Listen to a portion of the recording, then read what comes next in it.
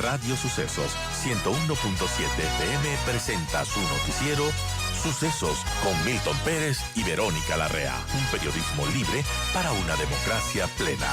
Los hechos y las opiniones de los sucesos que marcan nuestro tiempo.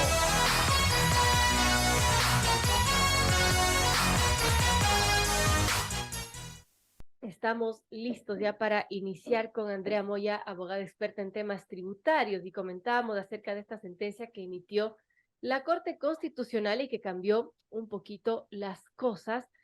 Y bueno, pues ahora se menciona que la ley de herencias vuelve, y esto solamente se está vigente si ya se publica en el registro oficial. Ya parece que no hay mucho más que hacer al respecto. ¿Qué nos puede comentar, Andrea, sobre esta sentencia de la Corte Constitucional, que además trae otros cambios, no solamente el hecho de que vuelva la ley de herencia, sino también otras situaciones? Bienvenida, Andrea, gracias por estar con nosotros y aceptar esta entrevista. Y bueno, la escuchamos. Buenos días, ¿cómo están? Mil gracias por la invitación. Sí, como bien mencionas, la Corte Constitucional estableció como inconstitucional la exoneración establecida para las herencias entre padres e hijos o cónyuges, siempre y cuando no existan hijos que reciban herencia, con lo cual, a partir de su publicación en el registro oficial, pasa a regir nuevamente la normativa que estaba previamente. ¿Cuál es esta? Que los hijos tienen una deducción adicional, una reducción más bien en las tarifas del impuesto a la herencia, pero ya no se encuentran exonerados. De acuerdo. Ahora, ¿por qué se da estos cambios y cómo ve usted esta situación que hace la Corte Constitucional? Bueno, se dan los cambios porque viene derivado de demandas de inconstitucionalidad presentadas en contra de la Ley Económica de Desarrollo. Existieron distintas demandas y se trataron acumuladamente, con lo cual se establecieron ciertos temas como constitucionales y este específicamente como inconstitucional, porque la Corte considera que establecer esta exoneración viola el principio de igualdad y no encuentra una diferencia que justifica esta exoneración. Bueno, a su criterio, Andrea, ¿usted ve clara la sentencia de la Corte Constitucional? ¿Está bien su planteamiento? ¿O qué podría decir al respecto?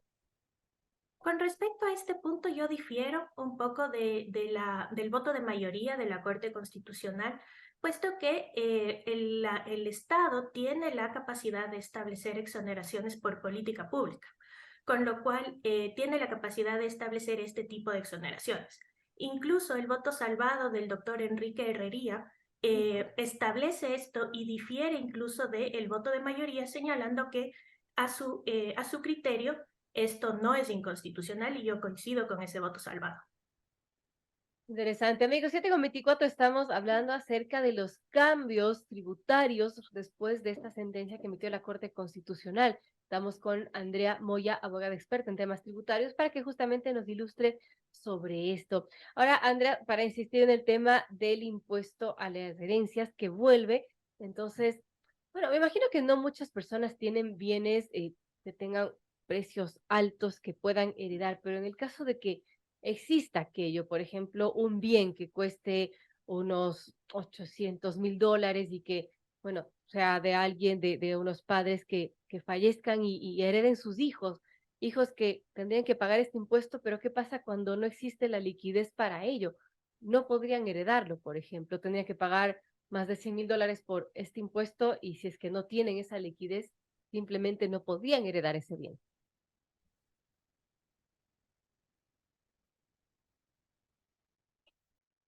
7:25 estamos conversando con Andrea Moya, abogada experta en temas tributarios. Parece que tenemos problemas con su comunicación, porque se me quedó congelada Andrea, yo la veo, pero no, no nos puede responder esta pregunta. Y justamente tiene que ver con estas dudas que surgen sobre el impuesto a la herencia que ahora vuelve y que, bueno, como mencionábamos, una vez publicado en el registro oficial, este impuesto se cobrará nuevamente y tendrá un efecto inmediato. Y como mencionábamos, con estos cambios regresa el impuesto a la herencia. La Corte Constitucional ha dicho que la exención a ciertos herederos con base en que la cercanía con el causante permite facilitar la transmisión del patrimonio para seguir generando ir grabando renta en el futuro no es una justificación razonable para un trato diferenciado y es así que pues, declaró la inconstitucionalidad de esta norma que estaba en suspenso. Bueno, también se ha mencionado que lo central de esta normativa es constitucional y eso desde su perspectiva es clave para la seguridad jurídica en el país. Hablando con Andrea Moya, también mencionaba que ella no está de acuerdo con esta sentencia de la Corte Constitucional referente a que vuelva el impuesto a las herencias. Sobre esto hay criterios divididos, hay quienes se mantienen en que, bueno, es correcta el análisis de la Corte Constitucional, mientras que otros profesionales consideran que no debió darse de esta manera. También esta sentencia de la Corte Constitucional toma otras medidas, por ejemplo, otra decisión que tiene efecto inmediato tiene que ver con la regularización de activos en el exterior, pero de eso ya hablaremos más adelante con la doctora Andrea Moya. Ya la tenemos nuevamente en línea. Y gracias, doctora Andrea Moya, por estar con nosotros. Tuvimos un pequeño percance en la conexión, pero bueno, le estaba preguntando algo más sobre este impuesto a las herencias que vuelve y, por ejemplo, le decía, ¿qué pasa cuando un heredero, un único heredero, pongamos un caso de un bien que cueste cerca de $800,000 y que tendría que pagar este impuesto a las herencias, más de $100,000, calculo yo, y si es que no tiene la liquidez, simplemente no podría heredar este bien? ¿Estamos frente a un escenario como estos? Bueno, claro, este tipo de circunstancias ocurren, ¿no es cierto? Porque en ciertos casos, si bien se hereda, como usted bien dice, un inmueble, no se tiene la liquidez para realizar el pago. Hay una alternativa que consiste en solicitar una ampliación de plazos, ¿no es cierto?, para el pago ante el propio SRI, que puede ser una alternativa. Sin embargo, existen casos en los que efectivamente es muy oneroso el valor a pagar con respecto a la herencia. Qué complejo esto, doctora. Y también otra situación que nos plantea esta sentencia de la Corte Constitucional y que tiene efecto inmediato tiene que ver con la regularización de activos en el exterior. Allí la Corte Constitucional señaló en su sentencia que no se pueden suprimir las facultades de investigación de la Fiscalía. Y quienes se acogieron a esa regularización hasta un día antes de la publicación de la sentencia en el registro oficial no podrán ser sancionados penalmente. ¿Qué nos dices? ¿Qué opinas sobre esta decisión también y que tendría efecto inmediato cuando se publique en el registro oficial? Es correcto, es decir, este régimen podía aplicarse hasta el 31 de diciembre del 2022. Sin embargo, si se elimina esta exención de la responsabilidad penal para aquellas personas que se acogen al régimen, es probable que nadie quiera acogerse a partir de la publicación de la sentencia en el registro oficial, porque evidentemente no hay una razón para hacerlo. Es decir, la razón para acogerse a este régimen era poder regularizar los activos sin tener ese miedo de que se puedan generar responsabilidades penales. Con la sentencia se vacía el régimen de propósito, con lo cual nadie va a aplicar el mismo. Claro. Ahora, ¿usted cree que, además de que la gente no quisiera acogerse a esta situación, está claro lo que dice la Corte Constitucional? ¿Usted personalmente está de acuerdo? Ese sí es un tema un poco más eh, político, yo considero. Es un tema que muchas de las demandas presentadas lo recogían, puesto que consideraban que se violaba este deber constitucional de perseguir estos delitos que son incluso públicos.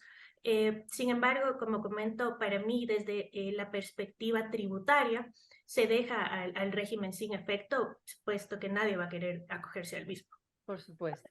Y un tema final, doctora, que tiene que ver con un tercer efecto que dicta esta sentencia de la Corte Constitucional, y es que declara la inconstitucionalidad al conocido RIMPE, que es del régimen impositivo de emprendedores y negocios. Esto ocurrirá también a finales del 2023. ¿Cómo ve esta situación? Y quisiera también que nos ilustre un poco sobre estos cambios que hay respecto al RIMPE, al régimen impositivo de emprendedores y negocios. Correcto, en ese caso la Corte hace dos análisis. El primero considera que estos regímenes simplificados son constitucionales, es decir, que aquellos regímenes que calculan el impuesto a la renta en función de los ingresos en lugar de la utilidad son constitucionales en función del principio de simplificación administrativa. puesto que la Corte considera que aun cuando los ingresos no son la mejor medida para calcular la capacidad contributiva de un contribuyente, sí se puede renunciar a ese principio en función de que sea más simple el régimen para quien lo paga. Que considera la Corte que es inconstitucional esta primera tarifa para aquellos que ganaban de 0 a $20,000 en el año, puesto que considera que la tarifa de $60 para aquellas personas que ganan muy poco puede ser regresiva. Entonces considera que la tarifa de este primer nivel es inconstitucional. ¿Para qué pueden ser las personas que están bajo este régimen RIMPE? Se deben mantener en el mismo, es decir, deben aplicarlo, puesto que la inconstitucionalidad no rige sino hasta el 1 de enero del 2024, lo cual le otorga un tiempo considerable a Presidencia para reformar esa normativa declarada inconstitucional. ¿Y después de ese tiempo qué? Se dejaría sin efecto esa parte de la tarifa y si es que no hubiese habido una reforma legal, no se podría cobrar ningún valor a aquellas personas que están en el nivel de 0 a $20,000 anuales. Bueno, interesante todo lo que nos comenta la doctora Andrea Moya, abogada experta en temas tributarios, después de esta sentencia de la Corte Constitucional que hizo varios cambios. Ahora, de manera general, doctora Moya, viéndolo lo que hizo la Corte Constitucional, ¿qué cambios importantes hay respecto, por ejemplo, a la recaudación tributaria para el Estado? ¿Esto le ayuda al Estado a tener una mayor recaudación? Reduce la recaudación del Estado, sobre todo por el tema del régimen de regularización de activos, que ya nadie va a querer acogerse, pero lo reduce en un porcentaje muy mínimo, ¿no es cierto? Los efectos de la sentencia no van a tener un efecto considerable en la recaudación. Ahora, por ejemplo, con esto que vuelve el impuesto a las herencias, también podría representar un ingreso considerable para el Estado. No, el impuesto a la herencia nunca fue un ingreso considerable para el Estado, con lo cual que vuelva este régimen no implica un crecimiento considerable en los ingresos. Sin embargo, sí se rompe la seguridad jurídica, ¿no es cierto? Si en menos de un año tenemos estos cambios, no es lo mejor para el país y adicionalmente el gobierno incluso el 31 de octubre ha emitido una reforma a varios reglamentos tributarios que nuevamente cambian el régimen y rompen con la seguridad jurídica de los inversionistas. Bueno, complejo ese tema, amigos, son las 7:34. Estamos conversando con la doctora Andrea Moya, abogada experta en temas tributarios.